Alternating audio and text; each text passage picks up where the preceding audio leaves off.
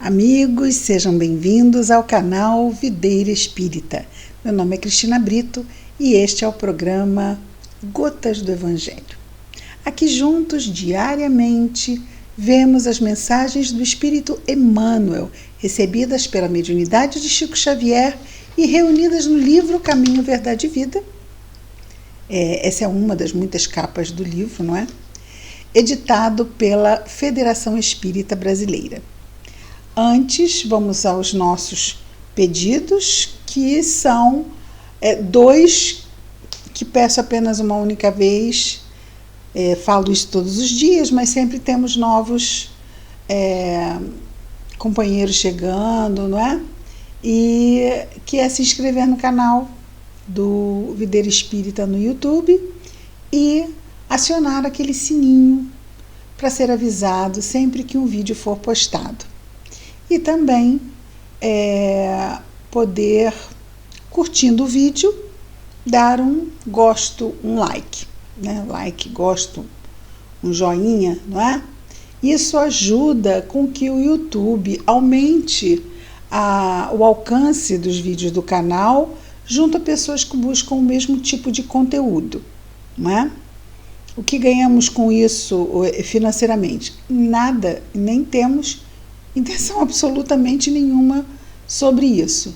A nossa intenção é realmente fazer com que o trabalho possa alcançar o maior número de pessoas e ser divulgado para poder ajudar o maior número de pessoas. Afinal, estamos todos no mesmo barco, não é? E todos nós nessas boas lutas que a rotina diária nos apresenta, e nós precisamos de fortalecimento. E o Evangelho à luz da doutrina espírita é o maior tônico, não só emocionalmente, mas também para o nosso entendimento, fortalecendo aí a nossa fé. Então, é isso. E sempre agradecemos a ajuda e a parceria dos amigos nesse sentido. A mensagem de hoje é de número 75 e tem o título de Na Casa de César. Então, na casa de César, quem é César? César é um imperador. A casa de César, então, é o palácio, a corte. Essa é a casa de César. Fala, então, sobre o poder terreno, pessoas que têm poder aqui na Terra, que sabemos que é um poder transitório, mas enquanto na transitoriedade, enquanto reencarnados, todos os recursos que Deus nos oferece, e os recursos não são todos eles positivos, no sentido de termos algo, mas também não termos algo também é um recurso, na medida que é um recurso para o nosso progresso. Então, se a saúde, ela nos é um recurso para o nosso progresso íntimo, moral, espiritual, a doença também é, a falta de saúde também é. Se bons pais são um instrumento precioso, muitas vezes para espíritos que têm necessidades reencarnatórias nesse sentido, a ausência de pais numa encarnação será aquele impulso, será aquela prova que poderá promover, ajudar a promover o crescimento moral e espiritual do reencarnado. Então, ele vai falar aqui sobre a casa de César, sobre esse poder temporal. E que muitos veem mal. Tem dinheiro? Isso é ruim. Não, dinheiro não é ruim, falta de dinheiro não é ruim. Nenhuma prova que recebemos, nenhum é ruim. Tudo é material para ser aproveitado. O melhor aproveitamento que pudermos dar, não é? Emmanuel destaca o versículo 22 do capítulo 4 da carta de Paulo aos Filipenses. E ele nos diz então, Paulo: todos os santos vos saúdam. Saúdam quem? Aos filipenses. Mas principalmente os santos que são da casa de César. Santo? Já tinha santo naquele tempo? Bom, os santos aí nem são os santos do altar da igreja, nem são os santos de Umbanda, não são esse tipo de santos. O santo aqui, e Emmanuel vai, num determinado momento, nos dizer que nos tempos apostólicos, os cristãos de vida pura eram chamados de santo. Então, nós vamos ver não só aqui, mas em outros momentos das cartas de Paulo, Paulo citando os santos. Santos são cristãos. Cristãos que vivem como tal. Não apenas cristãos de falar que são, mas cristãos que buscam viver segundo o Evangelho. Esses são os santos dos tempos apostólicos, ok? Lá na narração bíblica. Então, repetindo aqui as palavras de Paulo, todos os santos vos saúdam, quer dizer, os cristãos saúdam os filipenses, e Paulo ali como representante desses cristãos, mas principalmente os que são da casa de César. Ou seja, embora os cristãos estivessem mandando saudações aos filipenses, ele estava sendo portador das saudações dos cristãos ligados ao império, ligados à casa real. Então, aqueles que estavam ali no palácio, no contexto de César, não é? Emmanuel vai comentar essas palavras, vamos saber bem, porque esse é um assunto bem interessante. Vejamos aqui o que Emmanuel nos diz.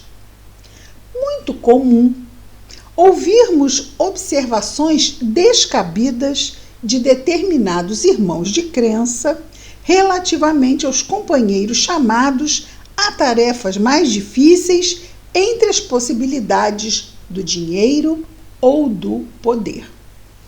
Ou seja, quando ele fala irmãos de crença, Emmanuel está falando até mesmo entre os espíritas, não é?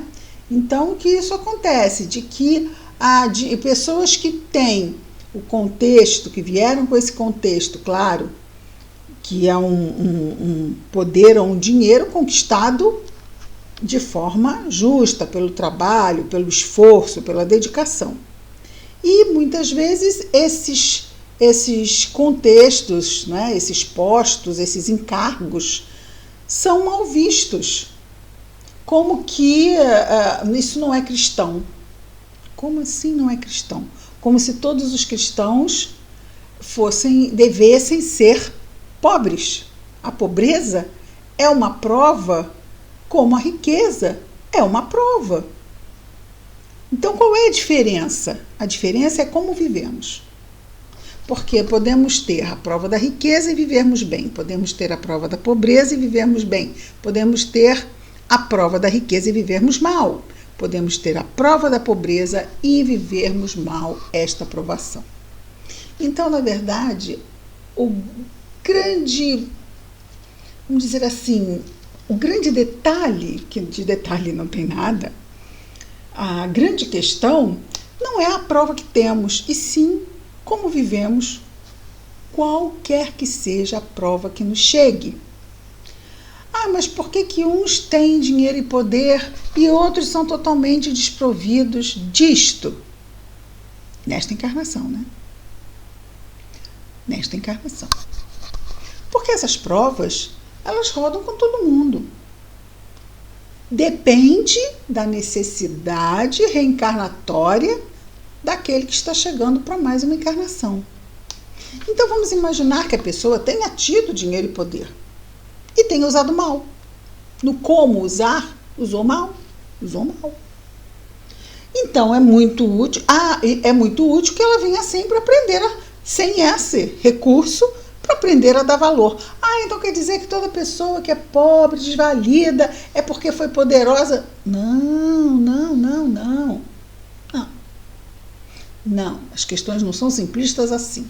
Estamos dando exemplos. a pobreza ou a riqueza também podem ser pedidas, porque quando nós usamos mal o livre-arbítrio, logo temos uma expiação como consequência, a fim de repararmos o mau uso do livre-arbítrio que fizemos numa determinada prova. Outra coisa é nós pedirmos uma prova, seja de pobreza, ou de riqueza, ou de saúde, ou de doença, para querermos desenvolver uma determinada virtude. Isso também pode ser feito dependendo apenas dos espíritos superiores que supervisionam o nosso planejamento reencarnatório, claro. Às vezes a gente pensa aqui, mas quem que vai pedir pobreza? Vou pedir fartura, vou pedir dinheiro. A gente pensa isso quando está encarnado. Encarnado. Só que a gente não escolhe planejamento reencarnatório quando a gente está encarnado. Eu já vou parar, vou sentar aqui e já vou rascunhar o meu próximo planejamento reencarnatório. Não, isso não acontece. Não acontece. Se eu brincar de fazer isso, é um hobby, um tempo perdido. É bom ter um hobby em algo mais útil. Não é? Porque isso aí não é assim. A nossa visão, quando encarnados, das nossas necessidades reencarnatórias é muito, muito pífia, muito pequenininha. Quando nós estamos desencarnados, que a nossa visão da nossa vida espiritual é muito mais ampla, e aí estamos tendo contato direto com os mentores superiores, é outro nível, aí já são outras reflexões, outra visão que a gente tem realmente do que a gente precisa e do que a gente quer, do que a gente almeja. Então a riqueza é uma prova que riqueza, muita beleza, para aqueles que têm mais maturidade, eles evitam isso. Nós vamos ver um caso lá em Missionários da Luz, de uma moça, um espírito, né, na forma feminina, que ia reencarnar. Desculpa, Missionários da Luz, o que é isto? É um livro psicografado por Chico Xavier, mas que não veio por Emmanuel. Dessa vez veio por um outro espírito chamado André Luiz, que trouxe vários, inclusive, né, Nosso Lar, que nós conhecemos bem. Então, nós temos Nosso Lar, Os Mensageiros, e o terceiro livro é Missionários da Luz. Nesse livro, Missionários da Luz, tem a história de um espírito, não é? Que tinha sido completista. Ou seja, esse espírito, de forma feminina, ela, vamos chamar de ela, né? Ela tinha sido completista. O que é ser completista? Completista é aquele que usa as suas forças vitais de forma plena e chega realmente até onde tinha que ir na idade do corpo físico, na sua encarnação. Não desperdiçou energias com excessos, que é a coisa mais comum de acontecer. O que o completista ele tem de benefício por ser completista? O que ele ganha? Qual é o benefício? O benefício é que ele pode escolher seu próximo corpo físico. Aí a gente pensa, puxa vida, posso escolher meu próximo corpo físico, é o que eu quiser. Não vou precisar ficar perguntando se o mentor concorda ou não concorda. Eu posso escolher. Primeiro, para ser completista já é um espírito bem mais maduro, né? Que não desperdiçou os recursos vitais que responsável por nos levar até uma determinada idade fixada para a nossa desencarnação. Já temos mais juízo, já somos mais maduros. Sendo assim, conseguimos ser completistas. Aí nos dão a escolher, olha agora é benefício. Escolhe o corpo que você quiser para a próxima encarnação. E aí a gente vai pensar, eu vou escolher um corpo lindo, né? Com aquela pele resistente à ruga, né? Tendência genética zero para engordar. Vou ficar sempre magrinha, vou ficar com uma pele que não vai ter ruga e vou ter uma saúde de ferro. Vai ser um espetáculo. Uma Miss com 80 anos continua Miss. A gente pensa isso com a cabeça da gente aqui. Mas esse espírito, essa moça, o que ela decide para o corpo dela da próxima encarnação? Pode escolher o que ela quiser. O que ela escolheu? Voltar mulher, não bonita. Bonita não. E ainda por cima, mancando de uma perna. Mancando de uma perna. Puxa vida, mas ela pode escolher top e escolhe não ser bonita e ainda por cima mancando? E por quê? Aí a gente pensa, tá mancando? Deve ter quebrado pernas por aí e tá espiando. Não, vejamos. Ela podia ter um corpo perfeitíssimo. Escolheu vir mancando. Ela podia escolher. E por que ela escolheu vir não bonita e mancando? Porque ela disse que assim ela estaria mais salvaguardada dos impulsos que poderiam levá-la a quedas. Ligada, né? Porque aqui, né, nessa feira de vaidades, de seduções, muitas vezes lá no mundo espiritual a gente está fortalecido, porque está vendo os mentores, estamos aqui numa faixa vibratória, aqui não lá, né? Numa faixa vibratória que é só pessoal do mesmo nível, não tem perturbação. Perturbação está lá em outros níveis. Mas aqui na carne não é assim. Aqui na carne a gente tem perturbação 24 horas por dia. Se a gente não tomar cuidado com a vibração, mas não é perturbação?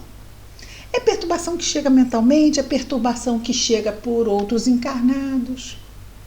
Então ela tomou essa medida protetiva no quesito corpo físico. Isso é muito interessante.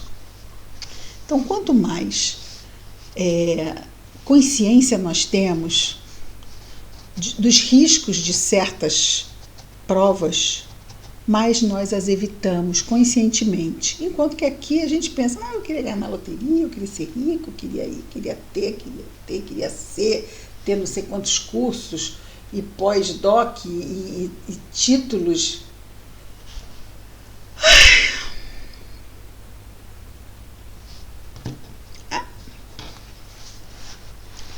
Então, voltando aqui ao nosso Emmanuel,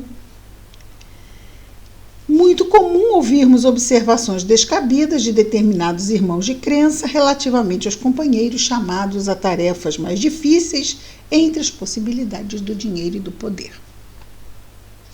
A piedade falsa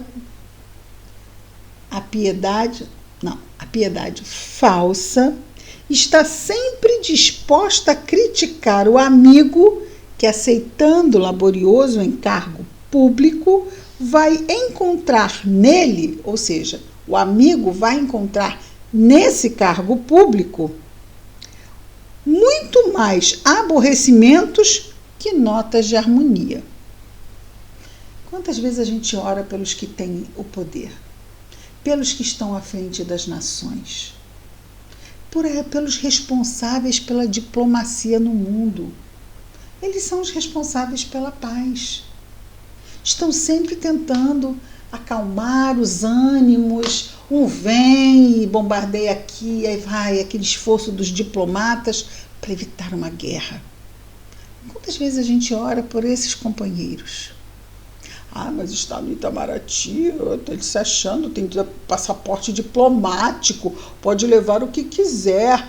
Mas isso não é justo.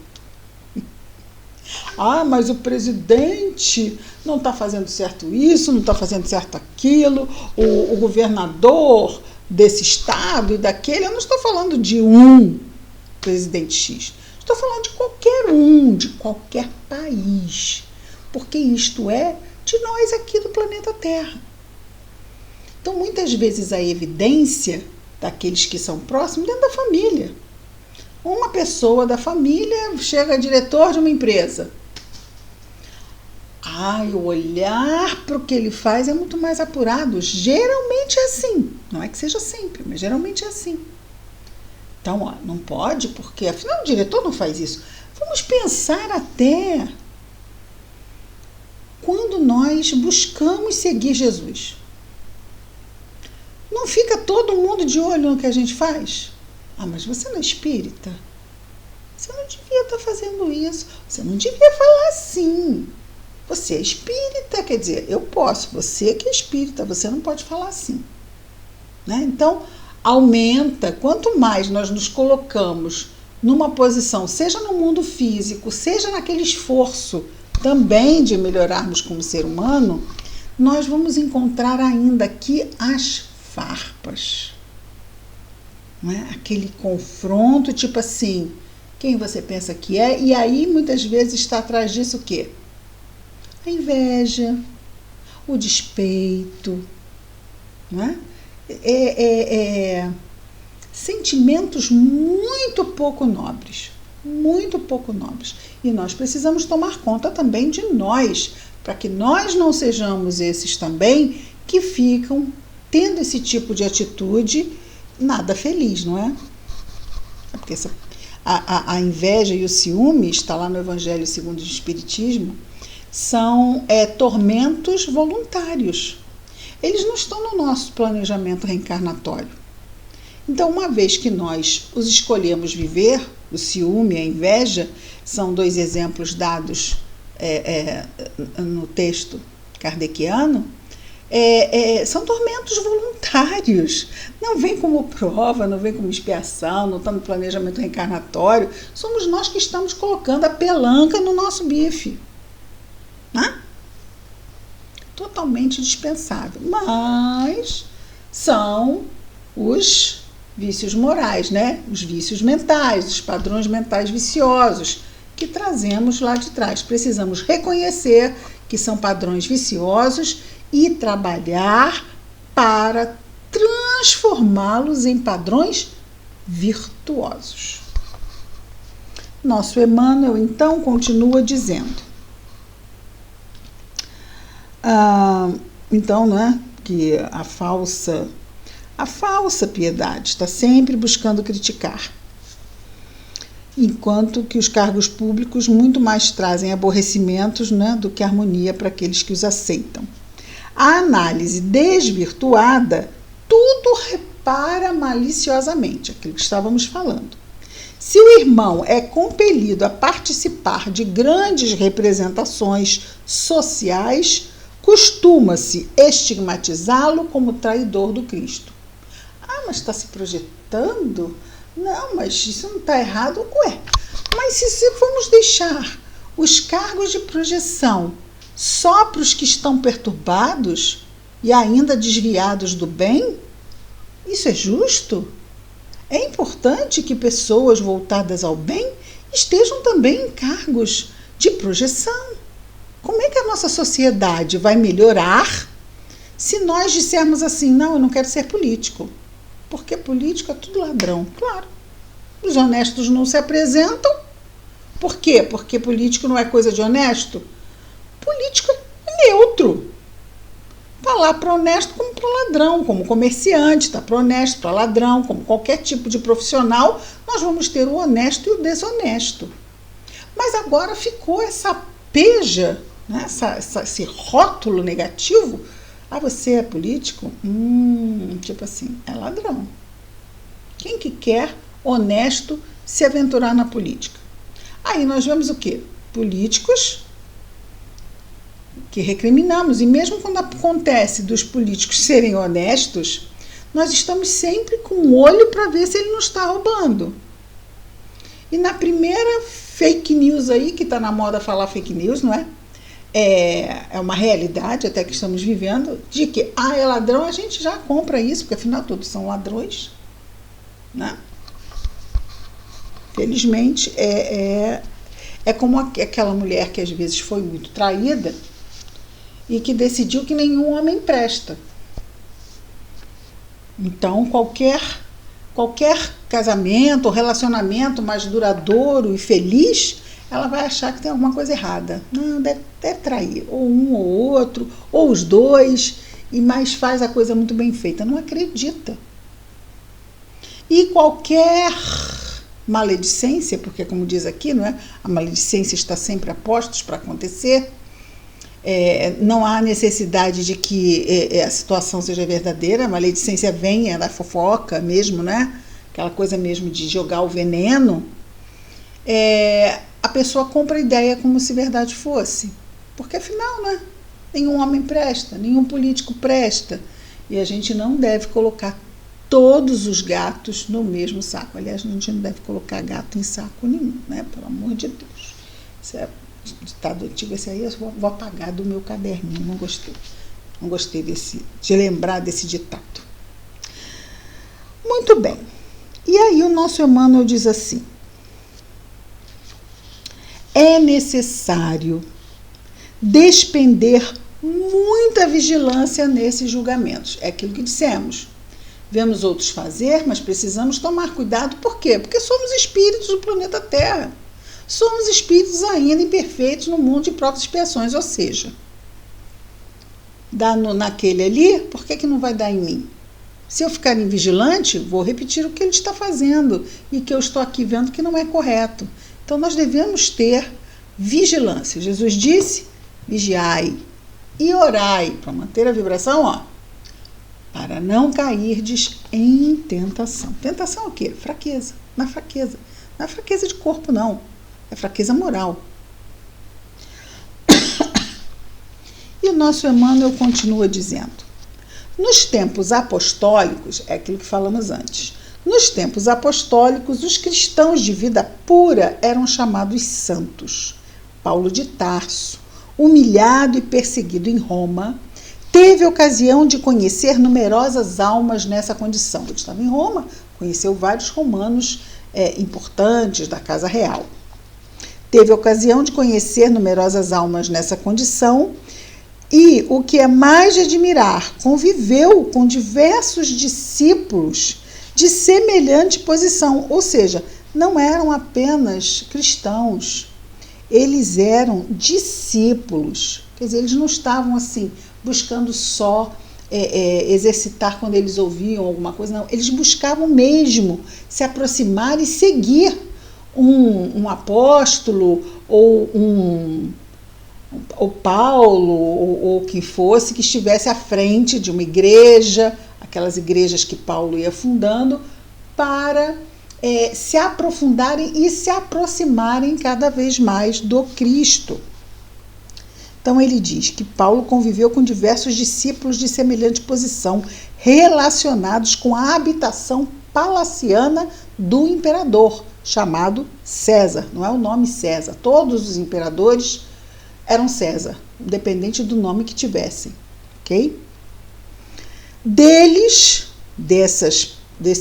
discípulos, desses cristãos dedicados que conviviam na casa de César, não é? No palácio, recebeu Paulo atenções e favores, assistência e carinho. Ou seja, tinham poder, tinham dinheiro e eram bons. Escrevendo aos Filipenses, Paulo faz menção especial desses amigos do Cristo. Não julgueis, pois, a teu irmão pela sua fortuna aparente. Qual é a fortuna aparente? É a fortuna moedada, certo? Porque a verdadeira fortuna é da essência, não a da aparência. A da aparência a gente vai deixar aqui. O que a gente vai levar é a fortuna da essência. Então ele diz: não julgues, pois, a teu irmão pela sua fortuna aparente ou pelos seus privilégios políticos. Antes de tudo, lembra-te de que havia santos na casa de Nero. Nero, aquele terrível imperador romano que colocou fogo em Roma e culpou os cristãos e os martirizou por isso. Então, antes de tudo, lembra-te de que havia santos cristãos verdadeiros, não é? na casa de Nero, e nunca esqueças tão grandiosa lição. Nossa, esse conteúdo que Emmanuel nos traz é muito sério, porque também o julgamento é algo que é quase, a gente, não, eu não estou julgando. Muitas vezes eu estou. Quando eu já começo a dar a sentença, é culpado, é inocente. Uma coisa é eu analisar, mas eu não chego a conclusões, porque o julgamento ele sempre chega, não é? Ao veredito. Então, se no meu julgamento, que eu estou avaliando, puxa vida, a pessoa está fazendo assim, assim, assim, eu posso até pensar se fosse comigo. Mas quando eu viro para o outro assim, não, ele isso, ele aquilo, está perdido, está não sei o quê. Bom, aí eu já estou dando sentença, já estou sendo juiz, advogado, já estou sendo menos o réu. Réu ninguém quer ser. Réu ninguém quer ser. Então, realmente está aí na casa de César, não é a prova que nos define, e sim como vivemos as nossas provas. E por mais difícil que seja uma condição, ela pode ser bem vivida sim, e muito bem vivida sim. Muito bem, queridos irmãos, vamos orar. Hora de agradecer. Querido Jesus, Mestre amado, obrigado, Senhor, pela bênção de mais este dia, pela bênção de mais esta encarnação, por teres vindo até nós, Senhor, nos trazer o Evangelho. Ajuda-nos, Senhor, a cada dia, a estarmos vigilantes e a buscarmos oração. Ajuda-nos, Senhor, na nossa ligação com o nosso anjo guardião. Abençoa-o, Senhor. Ajuda-nos, Senhor, a acalmarmos o nosso coração nesses tempos tão agitados. Abençoa a nós, aos nossos queridos, nos dois planos da vida, mas também a todo o nosso irmão de humanidade, Jesus. Em especial te pedimos sempre, pelos nossos irmãos que estejam em sofrimento, na carne ou já fora dela. Obrigado, Jesus, por tudo. Graças a Deus.